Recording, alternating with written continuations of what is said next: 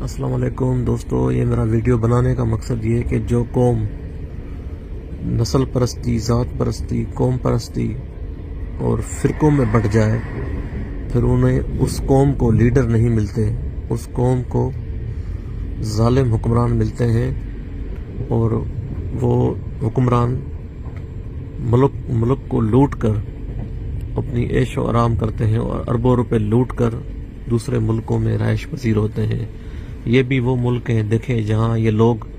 मुफ्त सफ़र कर रहे हैं, इनके भी लीडर हैं। इनके अंदर ना ज़ात परस्ती है, ना नस्ल परस्ती है, ना फ़िरका परस्ती है, सिर्फ इंसानियत है। हम बकौम हैसियत आज तक इंसान भी नहीं बने, लेकिन बड़े अफसोस से कहना पड़ता है, लेकिन हम जो है